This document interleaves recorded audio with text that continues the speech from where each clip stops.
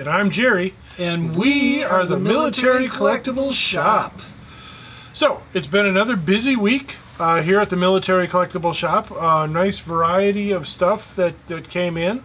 A little bit of everything as usual. We never know what's going to walk through the door. Some of it we hope walks back out again, but we did get some interesting varied things. So, Well, I don't know. let's start with your piece of... Oh yeah, that's cool. All right, this is the squadron emblem of the 5th Pursuit Squadron from World War I. So this actually came from the family of one of the guys. This is actually his name, 'cause it's hard to see. It's written in pencil on the side there. And he was actually one of the unit commanders. They actually flew Sopwith camels. They got into the war really late. They didn't see any combat, but they were over there and they stayed in France and Germany for several years after. So it was kind of a famous squadron over there.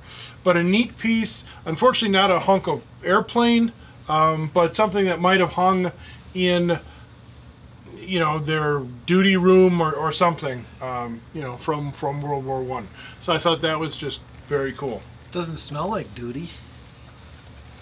Doesn't smell like camel either. Okay. That was cool. We got this yard long, which is actually shorter than a yard long. And it has it's a tank unit. It's actually a tank destroyer unit. If you look, you can just see the tank destroyer patches on their sleeves. Seek, strike, destroy. And those of you who have been following along know that my Uncle Joe actually served with the tank destroyers in World War II. So again, these guys were actually in kind of late. The photo's dated 45. But it's real nice to see any of these yard longs with vehicles, or in this case tanks, or sometimes you'll see airplanes. Very unusual, so very cool. Yard long unit photo. That's cool. All right. This is kind of neat. It's it's the finial, a flagpole finial, from probably a World War II or earlier U.S. guidon flagpole. So the later ones are silver, and so this being brass tells us that it's an earlier one. Unfortunately, I don't know exactly when, but a nice early one that I just picked up. So nice. Cool. As you know, I like flags, and this is sort of flag related. And this made me think of something else, because a friend of mine asked me, how come everybody collects all the German stuff? And I'm thinking, well, okay, like in World War II, the Americans had a flagpole top. Pretty much for the most part, this was kind of it. Arguably, the Navy had a couple different ones. But this is kind of the flagpole top. The Germans, every single organization had a different flagpole top. So there's like 30 of them right off the bat to collect. And the Germans love flags. So a lot of GIs got a hold of a lot of flagpole tops. So, I have the entire collection of World War II U.S. flagpole tops right here. All right. Cool. We have a set of... I think these are Chinese AK-47 pouches, but this is Arabic writing on the back. I'm not sure what it says. Looks like it was written in blood. Stay bright blood. And where did this come from? Iraq. Iraq. Yeah, Iraqi bring back, all blown up, a little tattered as most of the stuff was. But, we're seeing a rise in the collectors of, Desert Storm was just, how old? 20 years. Yeah. Hard to believe. Was it 20 years already? Or was it longer? It was longer. Oh, it's longer, 22 years. No, even longer than that. We've had the shop for 22 years. 20... September 11th, 2000. No, the one before that. Oh, Desert Storm 1. Oh, yeah. Desert Storm 1. That was like 92? Yeah, sure. I'm going with 92. Yeah, 30. Because I think we're at like 30 years now, maybe Wow. something like that. It's been a long time. Oh, okay. Well, let's see what you got there. My cousin was a Marine in Desert Storm 1, and he told his parents that he was on the boat so they wouldn't worry. And then he sent them pictures of all the Iraqis surrendering, and they said, did they swim out to the boat? We got in a first model Luftwaffe dagger. Unfortunately, no scabbard. Always a nice, elegant design on this one. The downswept wings, the Moroccan blue leather, and this one's actually unit marked under the crossguard. So, FHK, which I think might be a flak unit. I'm not sure, but a decent enough dagger. You know, always one of my favorites. So, scabbardless, but still interesting. Well, let's see. We got this fixed bale World War II helmet that's been bronzed. This is awesome. I have never seen anything like this. This is a real helmet with a real net and a real chin strap. Yeah, the chin strap is still in it. That was bronzed. And it's like, I mean, this would have been such a beautiful helmet, you know, in its original state. I mean, it's still interesting now. You know, it's definitely a. well, it's the centerpiece of our bronzed helmet That's collection. true. Well, and it fits me. Oh, look at that. Let's see the boots. Oh, yeah, and of course, you can't have a helmet without some boots. Oop. And look, pair of beautiful bronze boots. Mark, tell them the story about your uncle who won the Silver Star. Yeah, they had it bronzed. Oh, okay. No, but I mean, we never know what's going to walk through the door. I think it's really cool. It's a shame, but it's really cool. Even Sergeant Durango doesn't have one of these.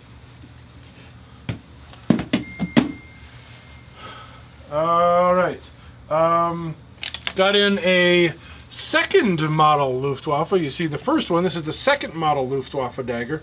And the nice thing about this one, besides having most of the hangers and a kind of an unusual knot, is it's actually an engraved blade by Voos. So, very nice to find. Sought after by collectors. So, yay. That's great. Wait. Oh, Don't kill me. and we also got this Imperial German Navy sword. The family Von Trapp.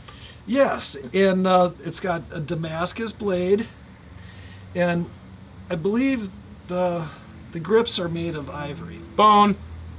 Oh yeah, bone. The grips are made of bone.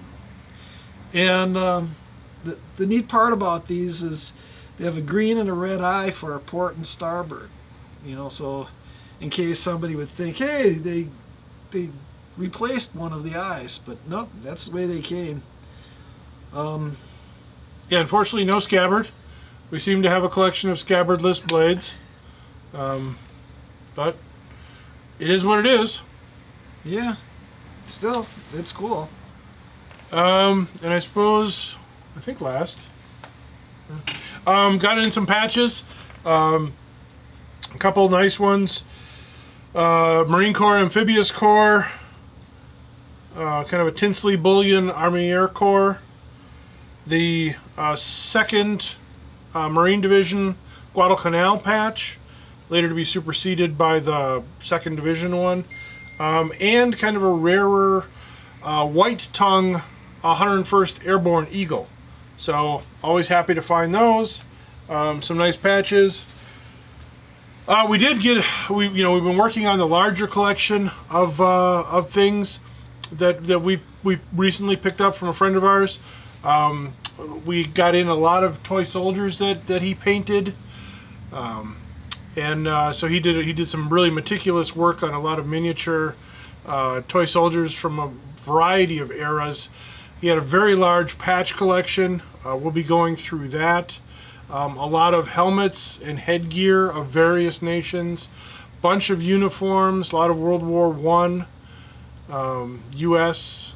Uniforms. Just a whole lot of A lot of stuff. A lot of stuff. And you know, like all the helmets he's got, you know, most of them that have little tags to say which country they're from and which model, you know, because you know maybe there's like 75 helmets and you know they're from different time periods and stuff, and then there's some really cool World War I helmets in there. You know, once we get to that stuff, you guys will be impressed. Yeah, so we'll probably do an episode just on maybe the different aspects of that collection. Maybe we'll do one on... Yeah, I don't see us doing a the whole 12-hour thing, mini-series. Yeah, the great bin unpacking. Yeah, so there's like 30 or 40 some bins worth of stuff, so quite a bit of stuff. So we'll probably break it into sections of like patches and maybe headgear and maybe helmets, you know.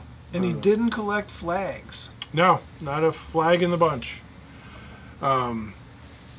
Okay, so again, we're going to try to do these more frequently. So you people stop emailing us and ask, "Where's your stupid video?" Actually, only some of our friends sound like that. But we It's do usually us that sounds like that. Yeah. I don't know. We do appreciate hearing from all of you. So thanks for leaving comments in the comment section. Thanks for the emails. Thanks for visiting the website. A lot of cool stuff going on the website. We've been listing stuff there daily. So and we just loaded up some more stuff to get on the website. So be sure to check that. If you haven't subscribed to us, subscribe so that you can get these wonderful videos in your mailbox or wherever else they stick them when they stick them there. Yeah, stay in touch. More videos coming up soon. If you haven't, we're going to be doing a question and answer one coming up soon. Mark doesn't know that yet. But if you have any questions for us, feel free to either leave it in the comments or email us directly, and we will try to incorporate those in our military collectible shop question and answers. And if we don't know the answers, we'll make something. We just make something up. So I think they've figured that out by now. Yeah, I think so.